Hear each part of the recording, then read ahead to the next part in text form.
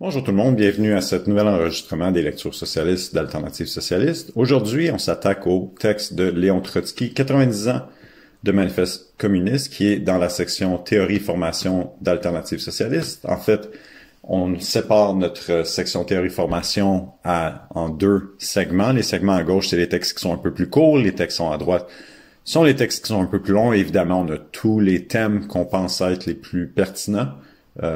Comme d'habitude, c'est une section qui est en évolution. On se demande tout le temps comment l'améliorer, quel texte ajouter, etc.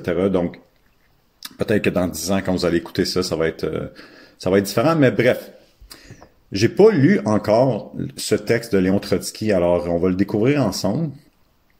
Mais ça commence à préface à l'édition en langue africaine de la première édition en cette langue du manifeste du Parti communiste. Alors, allons-y camarades et s'en suivra de commentaires, réactions, etc., etc. Bonne lecture. On a peine à croire que 10 années seulement nous séparent du centenaire du manifeste du Parti communiste. Ce manifeste, le plus génial de tous ceux de la littérature mondiale, surprend aujourd'hui encore par sa fraîcheur. Les parties principales semblent avoir été écrites hier. Vraiment, les jeunes auteurs, Marx avait 29 ans, Engels 27, ont su regarder vers l'avenir comme personne avant eux. Peut-être bien après. Déjà, dans la préface à l'édition de 1872, Marx et Engels ont indiqué que, bien que quelques parties secondaires du manifeste eussent vieilli, ils ne se croyaient pas en droit de modifier le texte primitif, car, au cours des 25 années écoulées, le manifeste était devenu un document historique.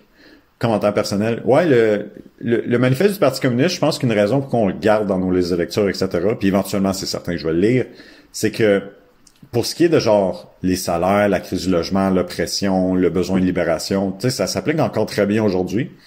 Puis je pense que ce qui est important de se souvenir, en fait, c'est que le système capitaliste et ses contradictions ont certes évolué. Le moment historique actuel n'est pas le moment historique de l'époque.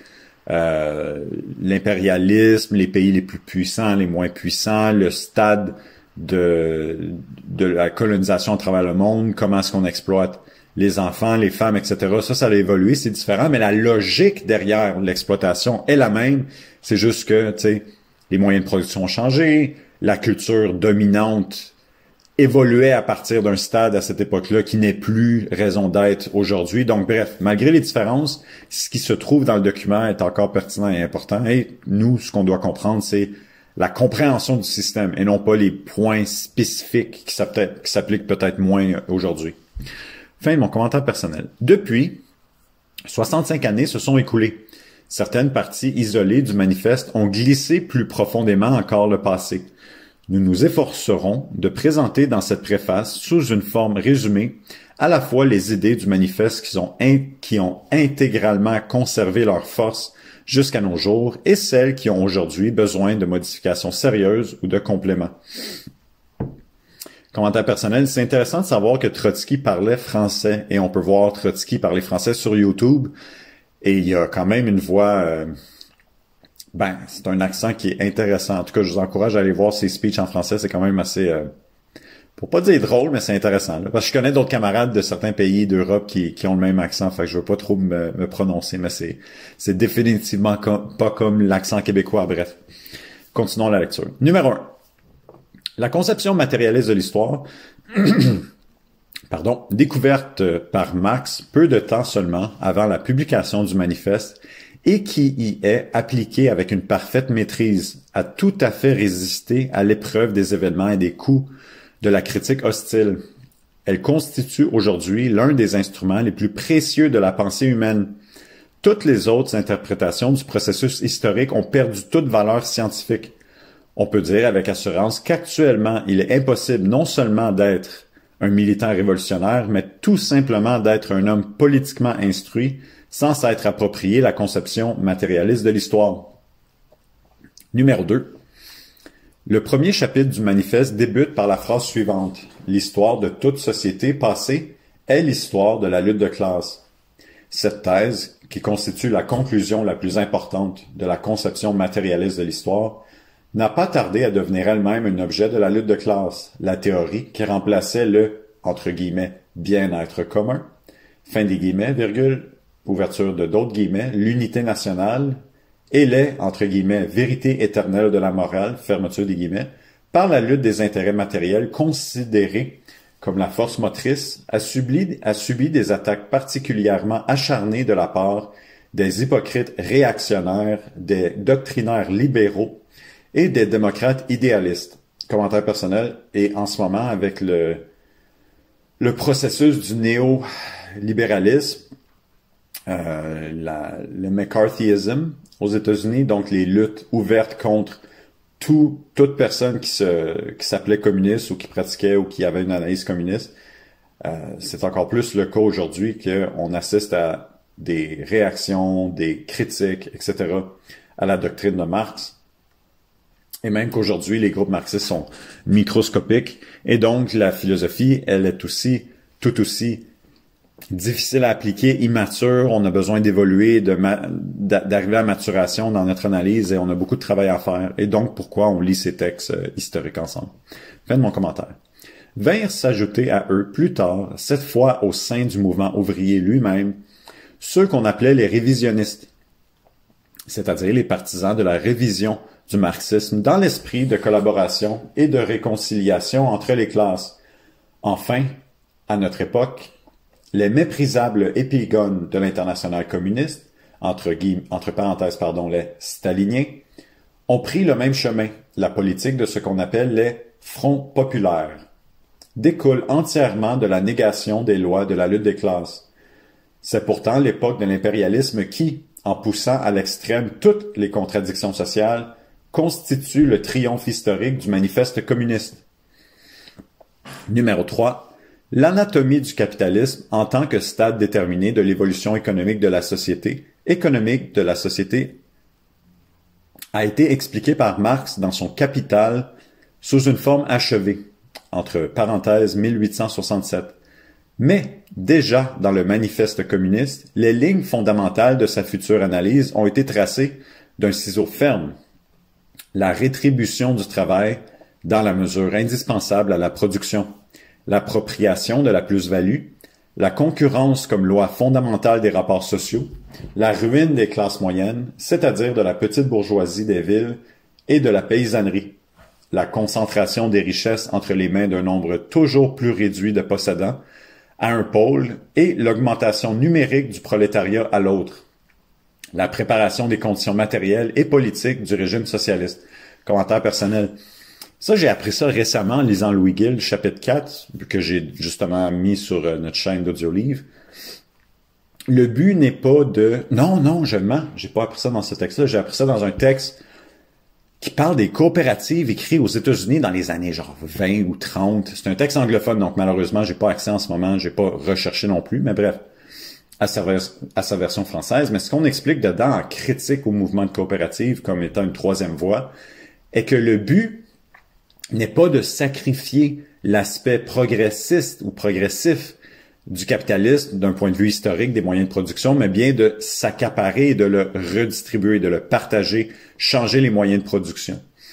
Et ça, j'ai trouvé ça intéressant parce que le mouvement de coopérative essaye de faire la promotion d'une petite production artisanale, de PME, d'absence de machinerie, des entreprises avec du labeur humain, tu sais, là, à la main avec des outils, pour faire abstraction de genre Amazon, Netflix, tu sais, les plus grands conglomérats, les plus grands monopoles, mais ces monopoles-là sont des potentiels de production qu'on ne peut pas compétitionner avec la petite production des coopératives, d'avoir genre une vingtaine d'employés, etc., etc., etc. Donc, le but du socialisme n'est pas de détruire cette production-là, mais de l'organiser rationnellement dans l'intérêt de l'humanité. Donc, de produire en utilisant toute la force de la science et de l'analyse et de tout ça dans l'intérêt commun et non pas dans l'intérêt des profits d'une minorité. Donc, quand ici on dit la préparation des conditions matérielles et politiques du régime socialiste, c'est ça qui résonne en moi depuis que j'ai lu ce texte-là, c'est que on ne parle pas de compétitionner à petite échelle en espérant que, en croisant les doigts, les grosses corporations, les monopoles fassent faillite et que les petites coopératives prennent le dessus, mais qu'en fait, non, le but c'est de, à travers l'action coordonnée des masses, des grèves, que l'étape d'après, c'est qu'on prenne le contrôle de ces manufactures, de ces usines, de ce transport, de cette manutention, de Amazon, de toutes ces affaires-là, dans notre intérêt à nous. Donc, on sabote et on élimine le patronat, on les enlève et on prend le contrôle de ces moyens de production-là. Donc, bref, fin de mon commentaire personnel. Comme toujours, si vous avez des réactions, des questions, des commentaires, ou si vous pensez que je marche dans un champ seul, là-bas, loin de la vérité, ben n'hésitez pas à le mettre dans les commentaires. Numéro 4. La thèse du manifeste sur la tendance du capitalisme à abaisser le niveau de vie des ouvriers et à même les paupériser a subi un feu violent. Les prêtres, les professeurs, les ministres, les journalistes, les théoriciens social-démocrates et les chefs syndicaux se sont élevés contre la théorie de la paupérisation progressive. Ils ont invariablement découvert le bien-être croissant des travailleurs en faisant passer l'aristocratie ouvrière pour le prolétariat ou en prenant une tendance temporaire pour une tendance générale. En même temps, l'évolution même du capitalisme le plus puissant, celui d'Amérique du Nord, a transformé des millions d'ouvriers en pauvres, entretenus aux frais de la charité étatique, municipale ou privée. Commentaire personnel, c'est tellement clair ce paragraphe-là, je peux juste dire que oui, puis je pourrais rajouter plein d'exemples, puis c'est effectivement ce qu'on voit même encore aujourd'hui. Bien joué. Numéro 5. Par opposition au manifeste qui décrivait les crises commerciales industrielles comme une série de catastrophes croissantes, les révisionnistes affirmaient que le développement national et international des trusts garantit le contrôle du marché et même graduellement à la domination des crises. Il est vrai que la fin du siècle dernier et le début de ce siècle se sont distingués par un développement tellement impétueux que les crises ne semblaient être que des accalmies accidentelles entre guillemets. Mais cette époque est irrémédiablement révolue. En dernière analyse, dans cette question également, la vérité s'est trouvée du côté du manifeste.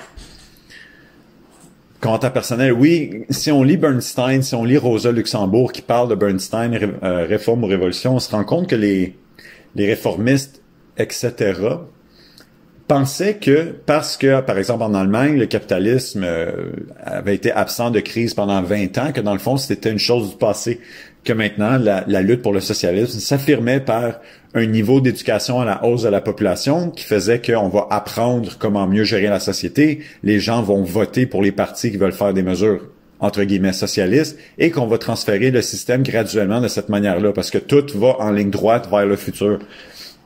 Ça, c'était avant la Première Guerre mondiale. Mettons que la Première Guerre mondiale a un peu défait cette théorie. Numéro 6. Entre guillemets, au début d'une citation, je devrais dire, le gouvernement moderne n'est que délégation qui gère les affaires communes de toute la classe bourgeoise. Fin de la citation. Dans cette formule concentrée qui paraissait au chef social-démocrate un paradoxe journalistique, se trouve en réalité contenue la seule théorie scientifique de l'État. La démocratie créée par la bourgeoisie n'est pas une coquille vide que l'on peut, ainsi que le pensaient à la fois Bernstein et Kautsky, remplir paisiblement du contenu de classe que l'on veut.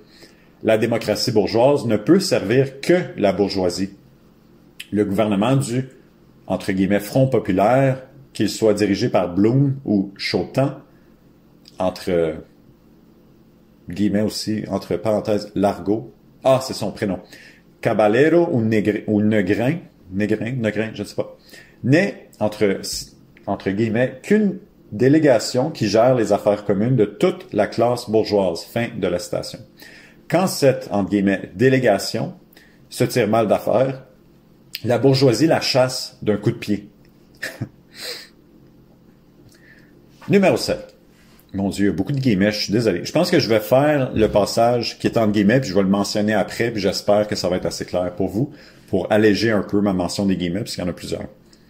Toute lutte de classe est une lutte politique, qui est en guillemets.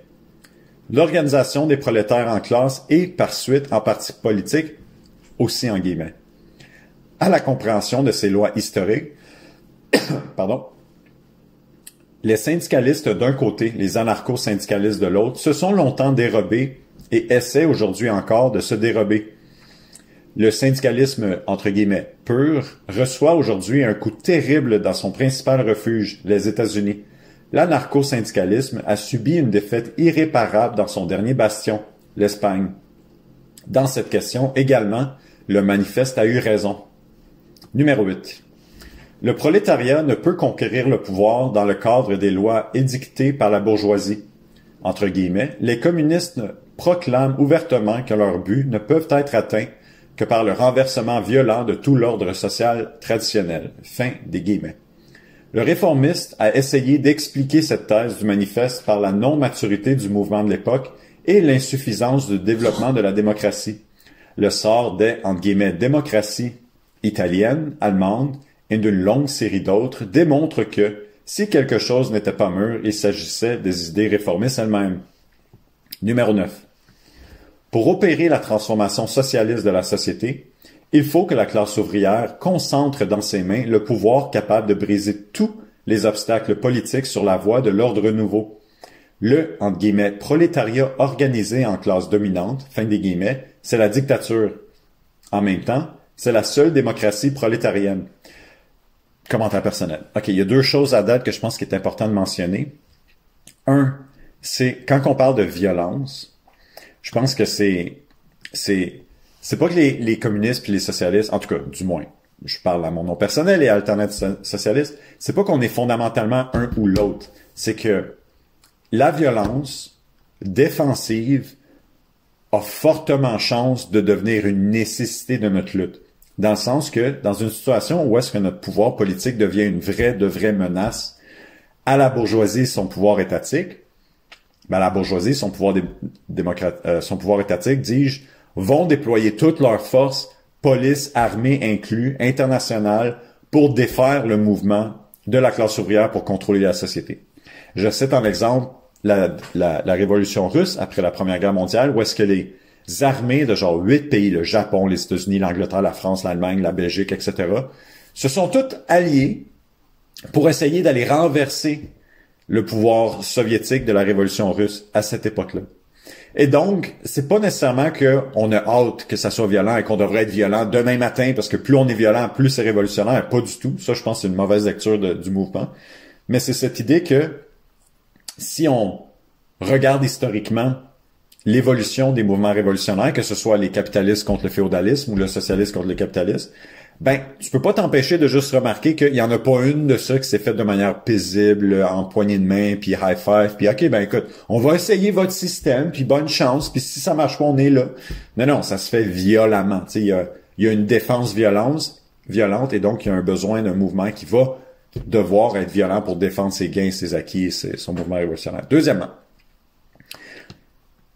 la dictature, c'est contextuel à l'auteur de cette période-là. Dans le sens que pour nous, dictature, ça veut dire quoi? Ben, ça veut dire Staline, ça veut dire Mao, ça veut dire toutes les pires caricatures que la culture bourgeoise vont nous dire. Ah, ça, c'est les seuls exemples de dictature qui doivent nous faire peur. Tandis que les États capitalistes qui sont en train de, genre, complètement éradiquer leur population, des régimes totalitaires, de terreur, etc. Ça, c'est pas des dictatures populaires. Ça, on n'apprend pas ça. Ça, c'est juste des États dégénérés qui ont de la misère dans une démocratie ambiante en belle santé. Fait que ça, il faut un peu sortir de cette culture-là puis se rendre compte que le terme dictature est profondément utilisé contre notre propre théorie par la culture dominante bourgeoise. Donc ça, c'est numéro un. Mais deuxièmement, c'est simplement pour dire que on impose nos intérêts de classe à une résistance bourgeoise, à une résistance petite bourgeoise. C'est nos intérêts de classe peuvent être exprimés démocratiquement à l'interne, mais le fait qu'on l'impose aux autres classes sociales devient notre dictature. Et en réalité, en ce moment, c'est la dictature de la bourgeoisie. On n'a pas le choix que d'exister pour suivre leurs intérêts de classe à eux sous leur système. Et si on le fait pas, on va faire face à la violence de l'État. C'est ça leur réponse. Donc, c'est de juste flipper pour dire que nous, lorsqu'on va arriver avec notre projet social, notre société, ben si quelqu'un arrive du coin puis commence à organiser des groupes pour faire de la propriété privée, puis du capitalisme, puis de ci, puis de ça, puis d'encourager l'impérialisme des autres pays capitalistes voisins, ben on va déployer les moyens de l'État nécessaires, collectivement dirigés par la classe ouvrière, pour dealer avec le problème. Et arrive, et je termine avec ça, avec toute la critique trotskiste de la révolution, la contre-révolution stalinienne de la moitié jusqu'à la fin des années 20 et l'arrivée de Staline, qui ne sont pas du tout la même chose que la vision bolchevique et la version, la vision de Lénine et la pratique de Lénine dans la manière d'arriver vers le communisme. L'État et la révolution de Lénine est un super de bon livre pour comprendre comment Lénine imaginait la progression vers un État communiste avancé. Et sans trop rentrer dans le sujet additionnellement, tu sais, quand les bolcheviks faisaient la révolution en 1914, 15, 16, 17, ils disaient ouvertement dans leurs écrits, c'était écrit partout, tout le monde le savait que, on va faire la révolution en Russie, mais si l'Allemagne n'est pas capable de faire la révolution, qui est juste notre voisine, notre révolution, elle marchera pas. Tu sais, très peu de chances qu'en Russie seulement on va faire la révolution mondiale juste avec nous autres. On est tellement arriérés qu'on va avoir besoin d'un pays ou d'une nation avec des moyens de production beaucoup plus matures pour faire face efficacement au reste du capitalisme mondial. Finalement, c'est pas arrivé. L'Allemagne n'a pas réussi à surmonter ses propres contradictions pour, gagner contre la bourgeoisie puis devenir un mouvement révolutionnaire qui a gagné.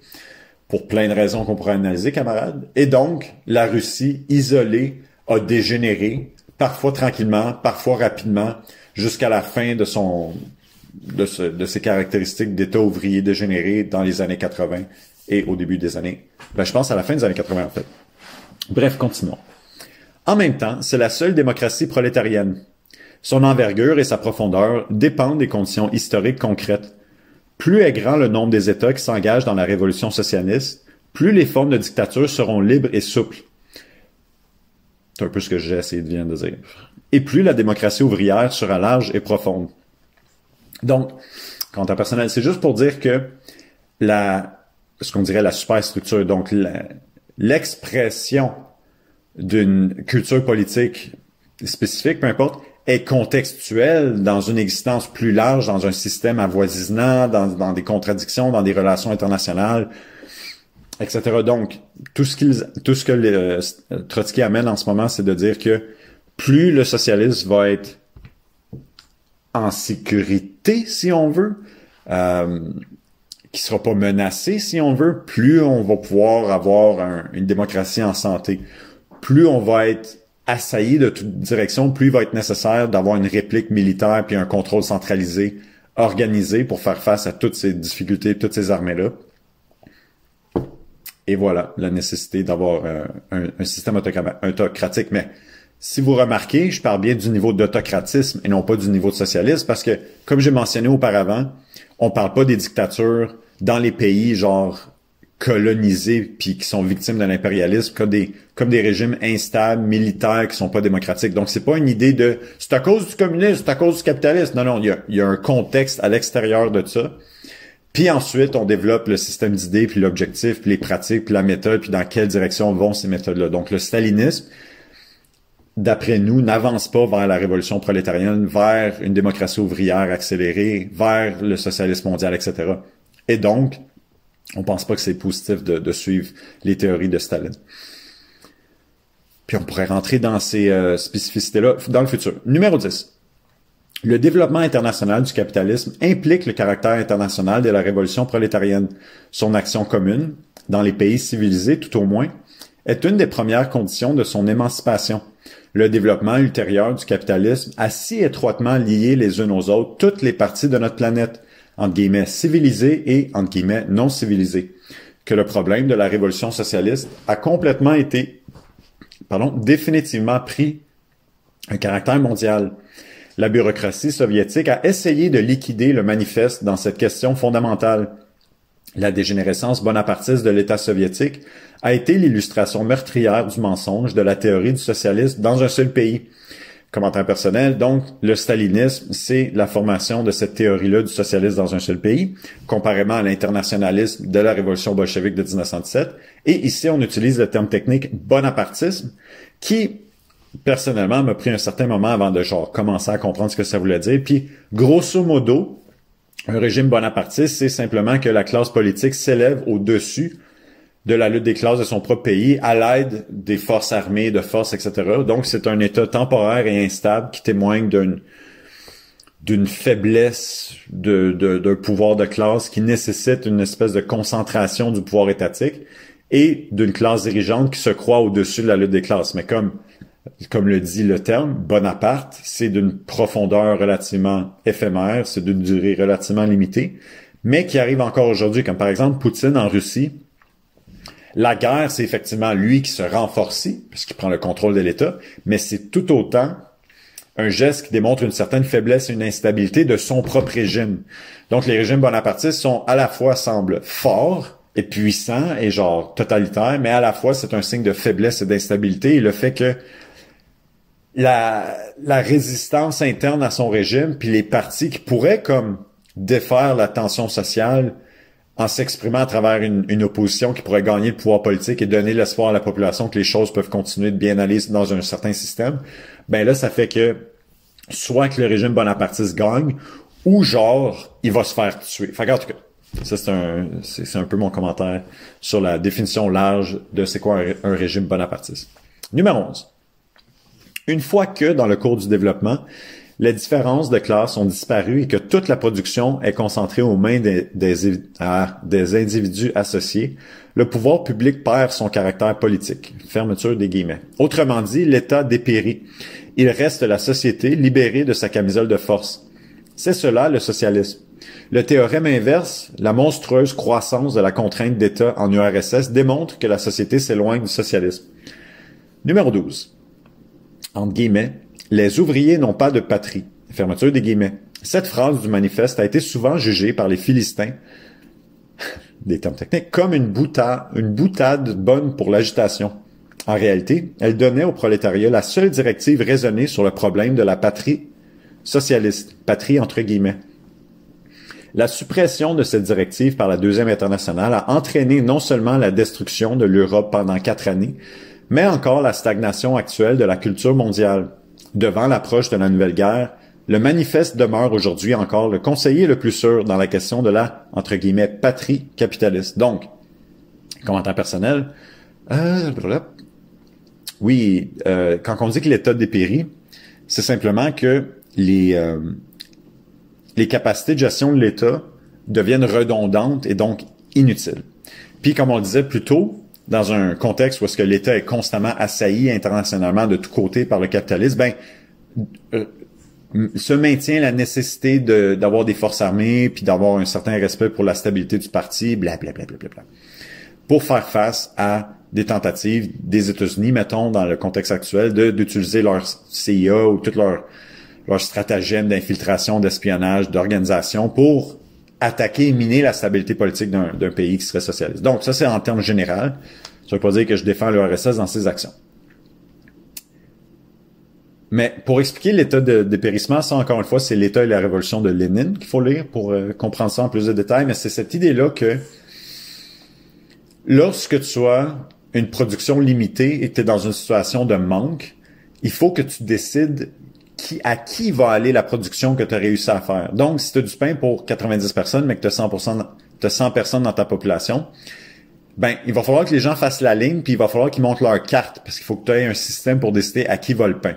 Parce qu'il en manque, ça veut dire qu'il va y avoir une compétition. Fait que tu vas avoir besoin d'un agent de police à côté de ta ligne de pain pour s'assurer que personne va dépasser la ligne puis voler le pain, parce que ça veut dire qu'on va en manquer pour ceux et celles qu'on a décidé que c'était prioritaire de leur en donner. C'est une réalité malheureuse, mais c'est une réalité parce que quand tu n'as pas assez de choses, il faut que tu décides à qui vont aller ces choses-là pour pouvoir te sortir de cette situation-là le plus rapidement possible. Ça, c'est rationnel. Dans une situation qui est actuelle, où est-ce qu'on prend le contrôle des moyens de production qui sont en train de tout gaspiller, camarades, à travers le monde, on produit tout, partout, ben trop, on sait plus quoi faire avec.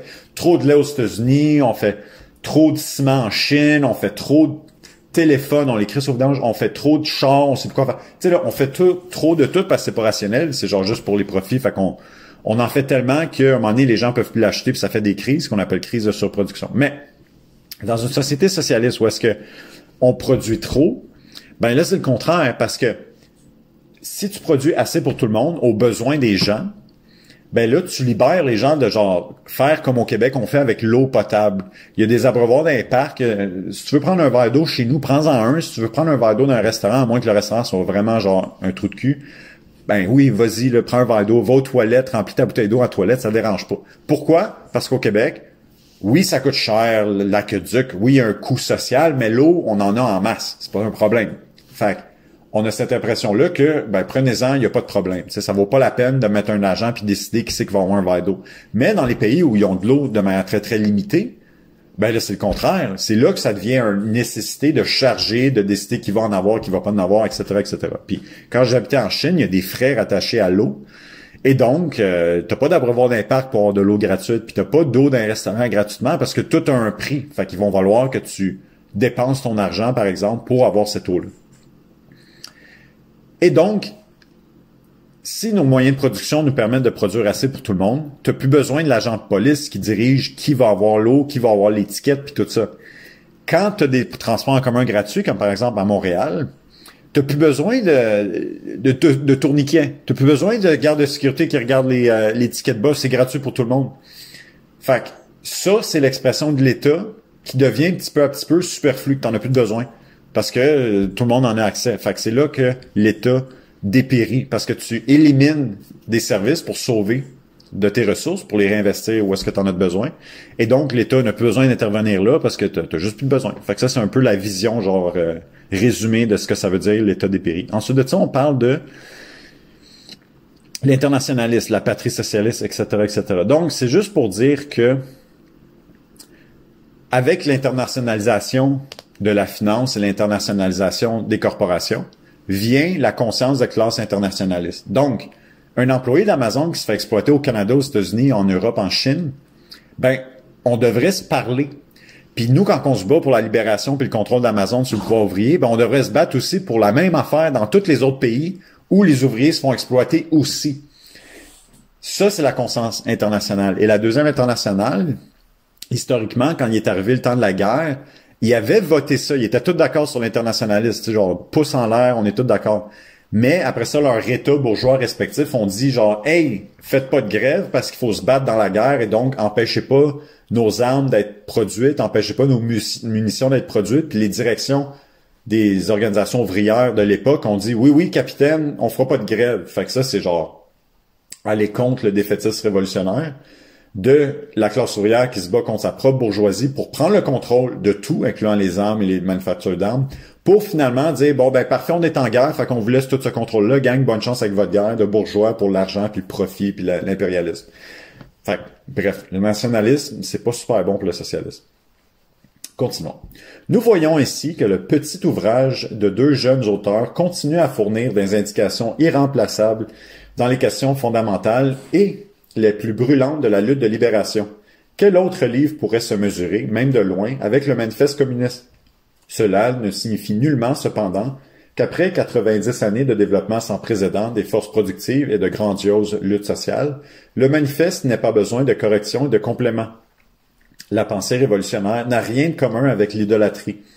Les programmes et les pronostics, je pensais que pronostic, ça s'écrivait avec un G. En tout cas, se vérifient et se corrigent à la lumière de l'expérience, qui est, pour la pensée humaine, l'instance suprême.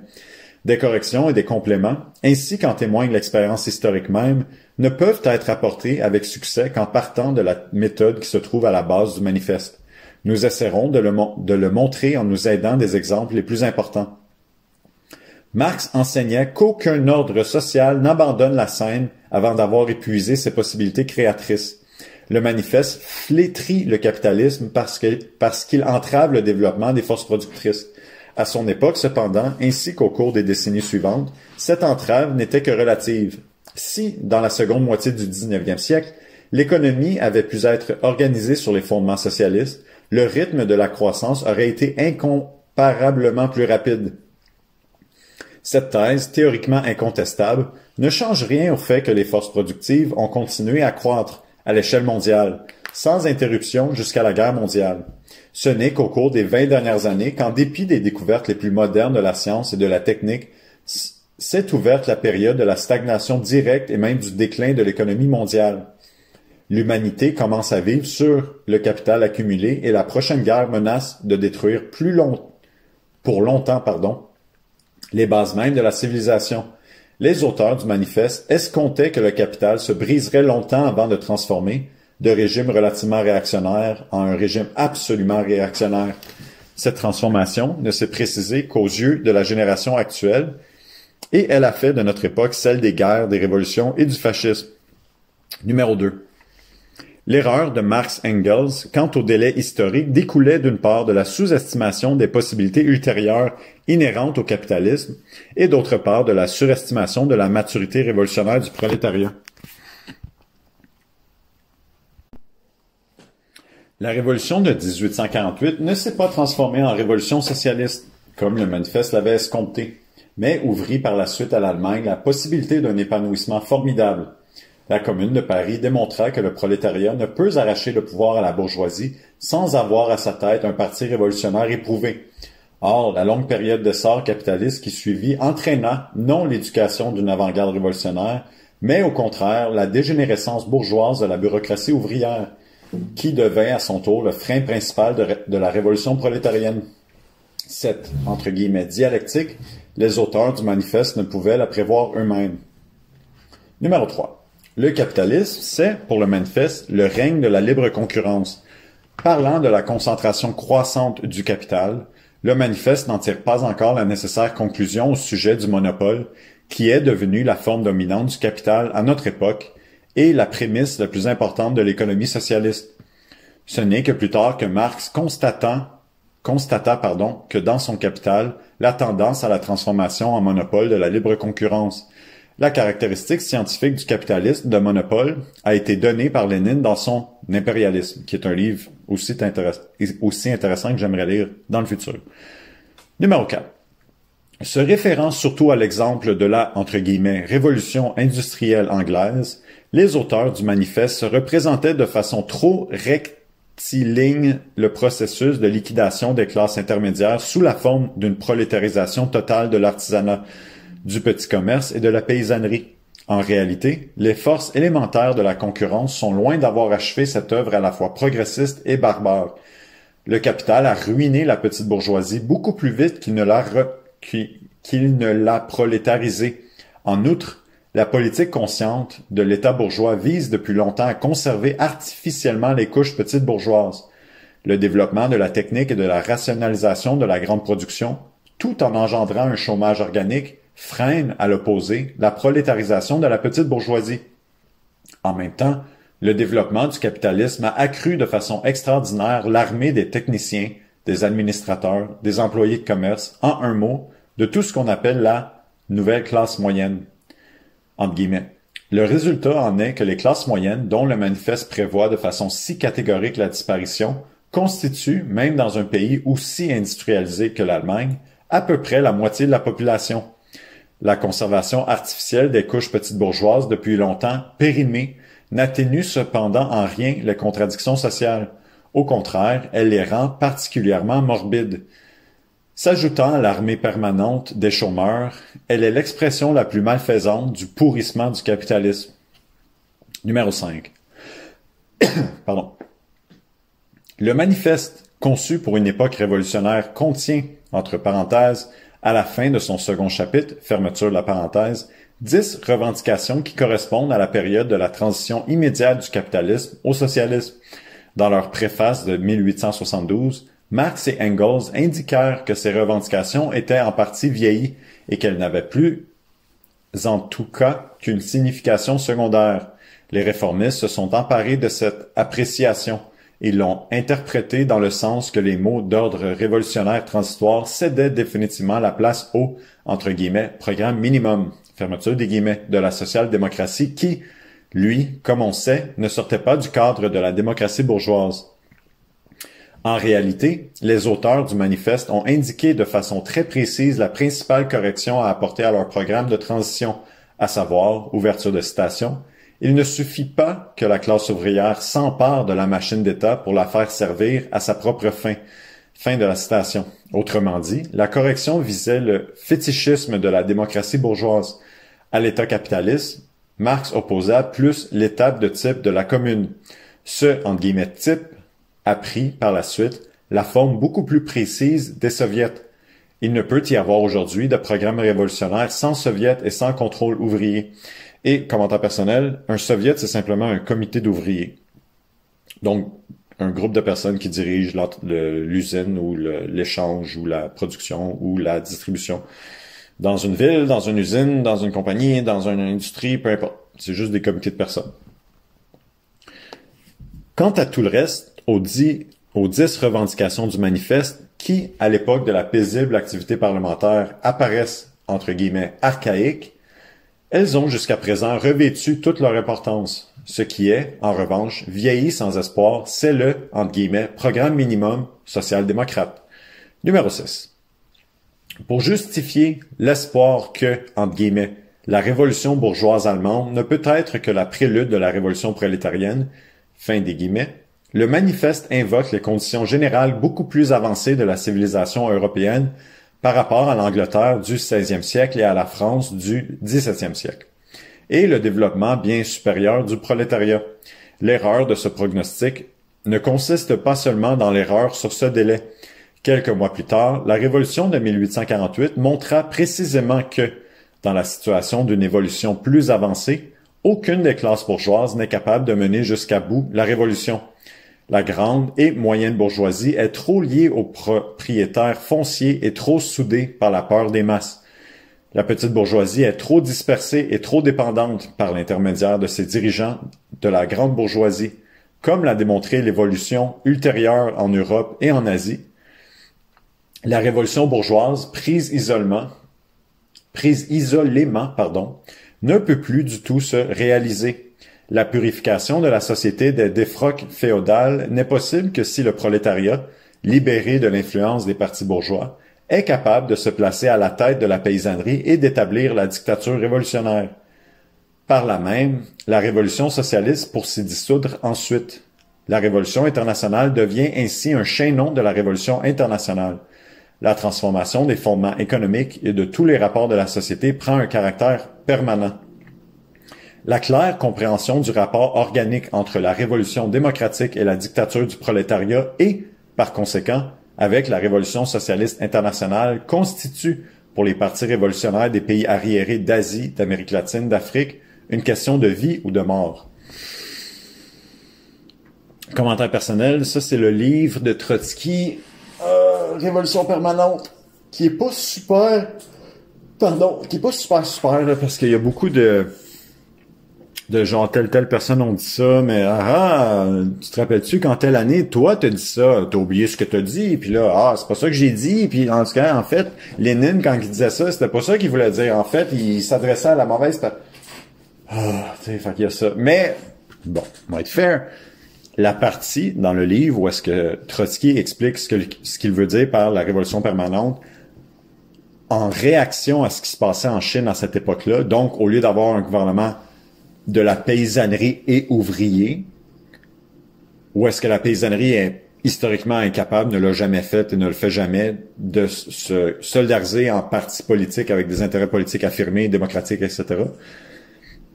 Trotsky met de l'avant que même si les paysans sont mobilisés, ben c'est la classe ouvrière dans son type d'organisation organique qui doit générer la société nouvelle, qui doit décider de la direction de la révolution. Pourquoi? Parce que le prolétariat a besoin de ces structures démocratiques un peu partout pour prendre les décisions communes, tandis que la paysannerie, individualisée par leur production individuelle de paysans, à moins bien sûr que ce soit des paysans employés de grosses multinationales, on pourrait dire ça aujourd'hui, mais dans ce temps-là, c'était pas vraiment ça. Tu sais, c'est comme, pour faire une grève générale dans une usine avec genre 50 000 personnes ou peu importe, tu as besoin de parler l'un avec l'autre, d'avoir un programme commun, d'être à l'écoute, d'avoir de l'organisation, d'avoir des leaders tout partout. Ça, c'est un fait nécessaire pour l'organisation de ce mouvement-là. Fait qu'à partir de cette structure-là démocratique, de genre comment est-ce qu'on travaille ensemble, comment est-ce qu'on génère un programme, comment est-ce qu'on discute, comment est-ce qu'on se parle, comment est-ce qu'on se motive, vient l'apparence de l'embryon de la prochaine société, où est-ce qu'on applique ce concept-là à la société entière. Tandis que pour mobiliser la paysannerie, c'est pas nécessairement les mêmes réflexes. On ne fait pas une grève de petits fermiers. C'est pas le même terme. C'est des occupations, des manifestations, toutes sortes d'affaires, le terrorisme inclus, mais c'est pas une grève en tant que telle, parce que les paysans ne travaillent pas tous et toutes pour un simple employeur. Fait que, bref, il y a certaines différences que je suis peut-être pas aussi clair que j'aimerais l'être, là, mais c'est une des raisons pourquoi Trotsky amène l'idée que, c'est la forme de société socialiste doit être un suivi logique des moyens de mobilisation puis d'organisation de la classe ouvrière en termes de classe et de situation, de leur contradiction et de leur situation de classe. Paysannerie, pas la même affaire. Bon, j'arrête de parler parce que je pense que je comprends moi-même pas exactement la théorie. En tout cas, bref, on le lira ensemble. Numéro 7. En montrant comment le capitalisme entraîne dans son tourbillon les pays arriérés et barbares, le manifeste ne mentionne pas la lutte des peuples coloniaux et semi-coloniaux pour leur indépendance, dans la mesure où Marx et Engels pensaient que la révolution socialiste, entre guillemets, dans les pays civilisés tout au moins, fermeture des guillemets, était l'affaire des années prochaines, la question des colonies était, à leurs yeux, résolue, non comme résultat d'un mouvement autonome des peuples opprimés, mais comme résultat de la victoire du prolétariat dans les métropoles du capitalisme. C'est pourquoi les questions de la stratégie révolutionnaire dans les pays coloniaux et semi-coloniaux ne sont même pas effleurées dans le manifeste.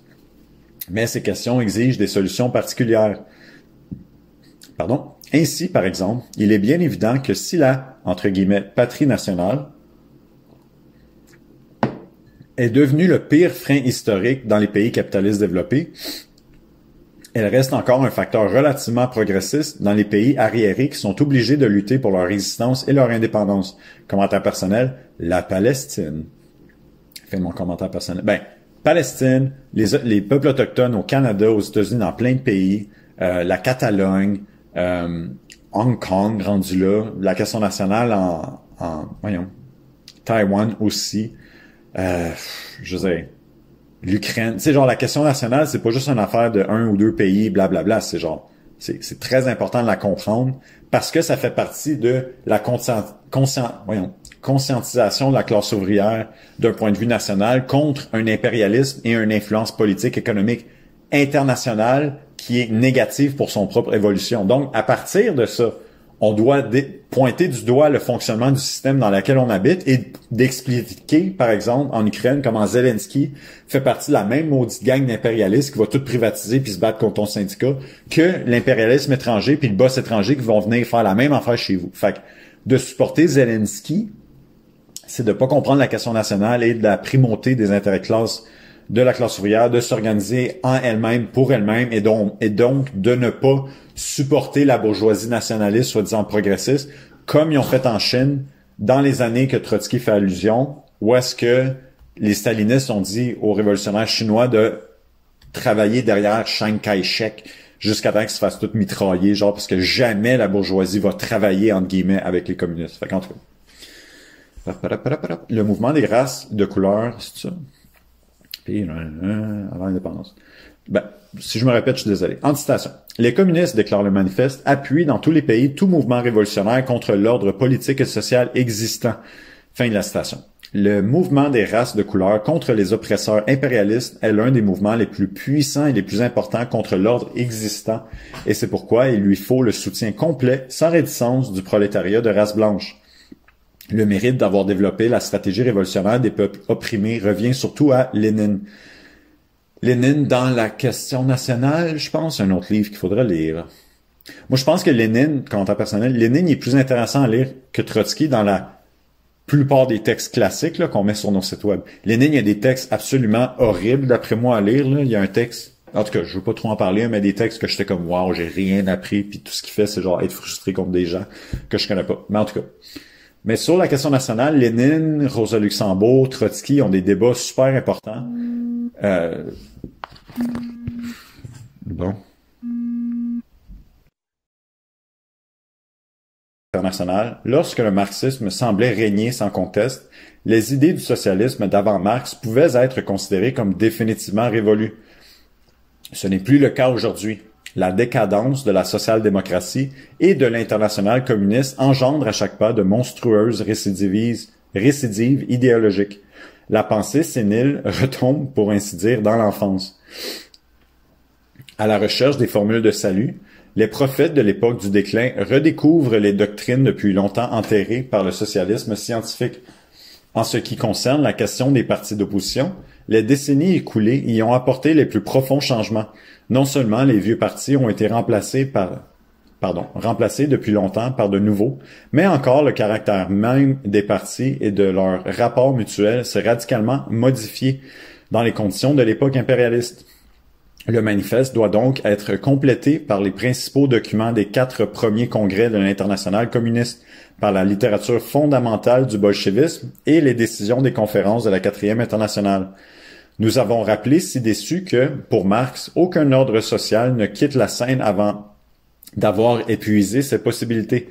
Cependant, l'ordre social, même périmé, ne cède pas la place à un ordre nouveau sans résistance. La succession des régimes sociaux suppose la lutte de classe le plus âpre, c'est-à-dire la révolution.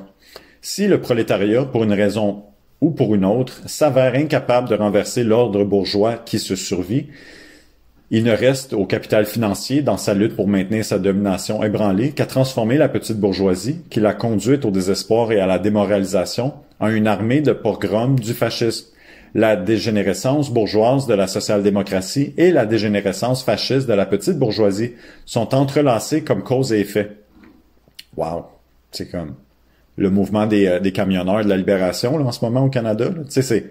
Puis quand je dis camionneurs, c'est pas les camionneurs qui travaillent pour une compagnie de camions qui louent un camion à cette compagnie-là en tant qu'employé. C'est pas les camionneurs d'Amazon ou de Walmart qui allaient à Toronto. C'est les camionneurs propriétaires de leur petit camion. Donc, des petits bourgeois, des petits propriétaires. Puis c'est ça qu'on voit en ce moment, j'ai l'impression, au Canada, à Toronto. C'est intéressant ce que le Trotsky dit. Bref.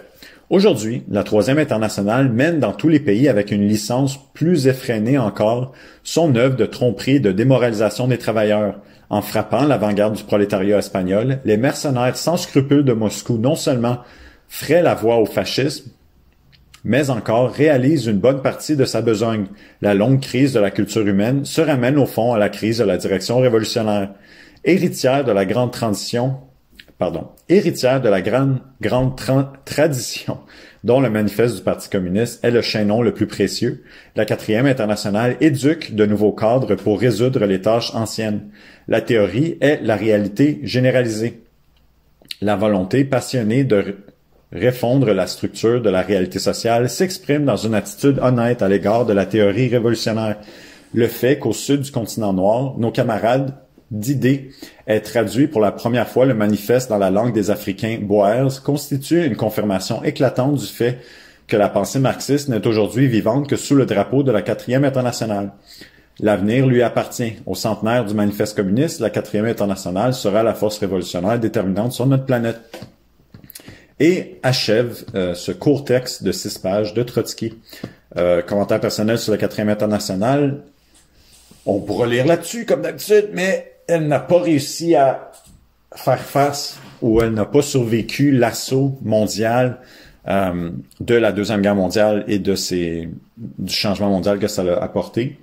Et avait aussi prédit une révolution politique en URSS où est-ce que Staline aurait succombé à la démocratie ouvrière.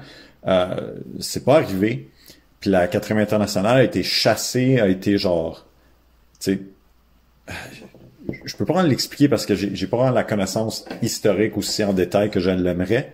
Mais bref, la 4e a commencé à s'allier au mouvement de guérilla de différents pays et c'est comme défait du programme de transition. Puis aujourd'hui, en 2024, les groupes qui se réclament de la 4e, les trotskistes de la 4e, vont voir par exemple le programme transitoire de Trotsky, qui est super utile et intéressant, comme « on le suit plus aujourd'hui ».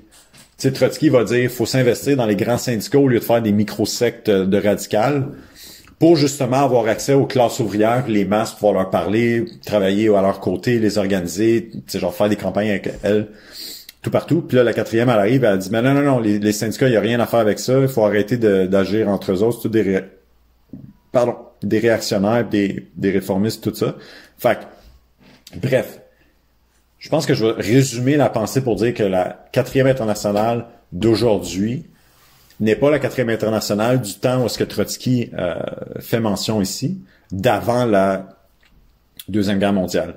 Une autre chose rapide que je voulais expliquer rapidement, mon Dieu, que là je l'ai oublié déjà, c'est que oui, c'est ça. Nous, notre tendance alternative socialiste, ISA, qui était le CEO, qui était Militant en Angleterre, qui était, je pense que c'est Ted Grant, ça venait de la 4e.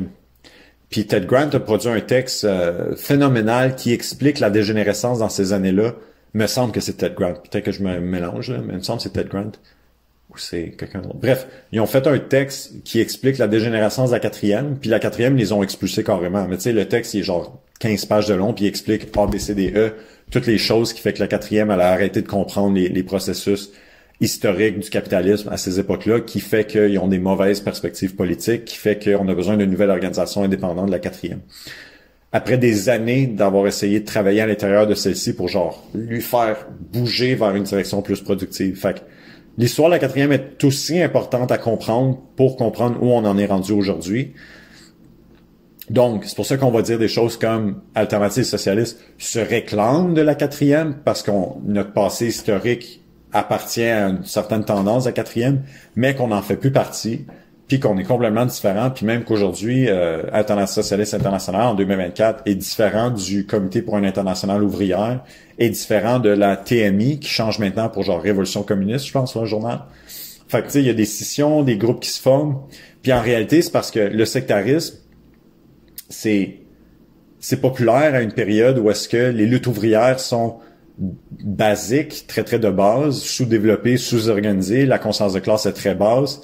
Puis la composition des micro-groupes socialistes ici et là, c'est surtout des académiciens, des gens qui vont à l'université, tout ça. Donc on baigne dans la théorie, pas vraiment dans les luttes. Un, parce qu'il se passe pas vraiment de lutte, puis deux, parce que les luttes qui se passent, c'est très éphémère, de courte durée, ils se développent pas, ils maturent pas, ils ont pas des... Tu sais, genre, ce qui s'est passé comme en Iran, ce qui s'est passé au Kazakhstan, ce qui s'est passé, je pense, en ce moment en Inde avec les fermiers, ce qui s'est passé avec les gilets jaunes. Tu sais, t'as des exemples que tu peux pointer du doigt.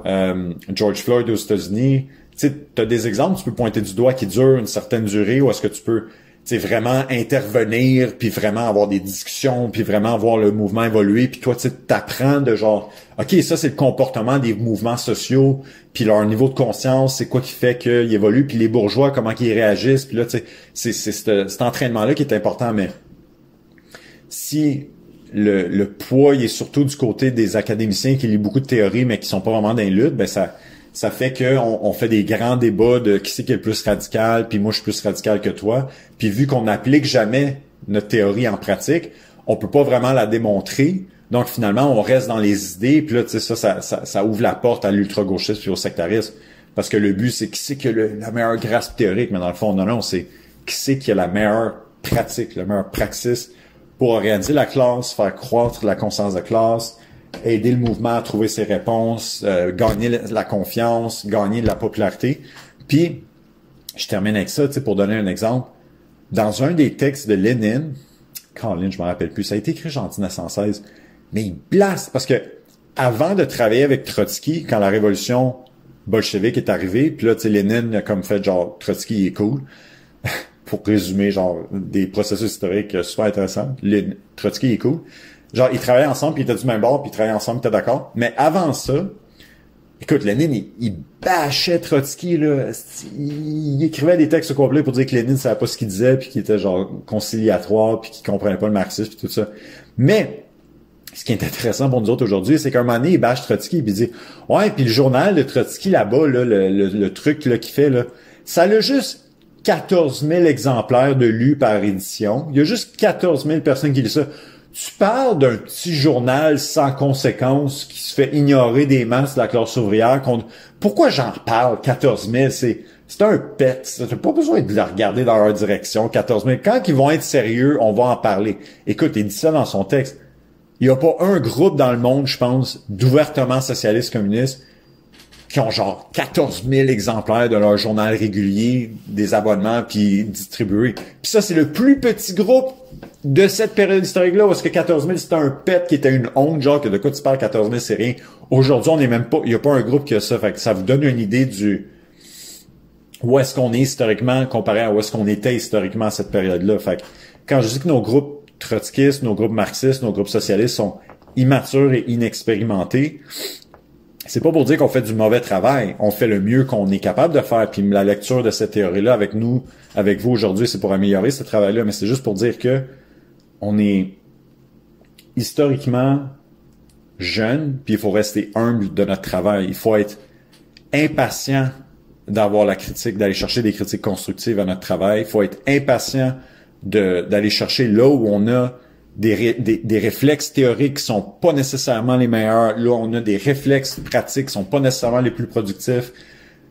Là, on est un peu des gauchistes, dans le fond, puis qu'on s'est habitué à un certain type de gauchisme, mais dans le fond, c'est pas une bonne méthode. On fait juste des réflexes puis de la répétition mécanique parce que c'est normal, parce qu'on l'a fait avant, fait qu'on pense que c'est ça qu'il faut faire. Non, tu sais, il faut constamment se remettre en question puis être humble dans ce qu'on fait puis de toujours se rappeler que on a beaucoup à apprendre puis qu'on est jeune, on est immature puis qu'on doit genre être ouvert d'esprit à continuer de lire, continuer de s'améliorer, continuer d'approfondir notre connaissance, notre compréhension, puis surtout de tester dans la pratique, puis d'essayer, puis d'essayer, puis d'essayer, puis de s'améliorer, puis de toujours revenir avec des rapports, puis de partager les leçons l'un l'autre camarade, parce que c'est ça qu'il faut faire. Fait. Bref, ça finit ce texte. Je rappelle, comme à l'habitude, que ces lectures-là sont faites pour le public. C'est du travail qu'on fait pour améliorer le niveau de conscience de classe des gens partout dans le monde. Et que si vous voulez nous encourager, on vous encourage fortement à aller dans la description de cette vidéo sur notre Patreon et nous donner 5$ par mois, 10$ par mois. Nous, si on commence à s'accumuler des gens qui sont membres de notre Patreon, ben on va vous remercier à la fin de nos vidéos, bien sûr. Mais aussi, ça va nous démontrer que, OK, ben on va mettre plus de temps dans ces lectures-là, on va mettre plus de camarades à faire le travail, puis on va avoir de plus en plus de livres disponibles pour vous parce qu'il y a un intérêt, puis on peut construire, puis genre les gens, ils s'intéressent beaucoup. Donc, n'hésitez pas si vous voulez nous supporter à faire ça. Et de ma part, ben, je continue de faire une lecture par-ci par-ça, 1 ou 2 fois par semaine. Et on se voit la prochaine fois, camarades. Bonne fin de journée.